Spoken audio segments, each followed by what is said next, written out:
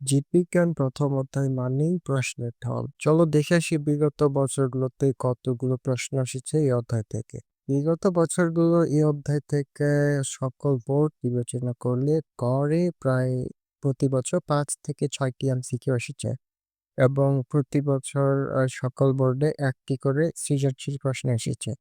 এই অধ্যায়ের সবথেকে কমনযোগ্য টপিক হলো জীবের বৈশিষ্ট্য, শ্রেণীবিন্যাসের ধাপ, ভাইরাস জীব না অজীব, হুইটেকারের শ্রেণীবিন্যাস। এমসিকিউ এ পর্যন্ত সবথেকে বেশিবার গ্রহণযোগ্য টপিক হলো জীববিজ্ঞানের ভিত্তি কি, শ্রেণীবিন্যাসের সর্বোচ্চ ধাপগুলো কি কি। সৃজনশীলের জন্য সবথেকে বেশিবার যে প্রশ্নটি এসছে সেটি হলো একটি জীবের শ্রেণীবিন্যাস ব্যাখ্যা করো।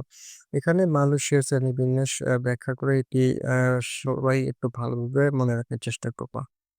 এসএসসি ইটো হবে পূর্ণ ভিডিও প্রায় ৭০টি এমসিকিউ সহ সংক্ষিপ্ত ক এবং খ নম্বর কোশ্চেনের জন্য সবকিছু মিলিয়ে একটি সাজেশনস ভিডিও আপলোড করা হয়েছে।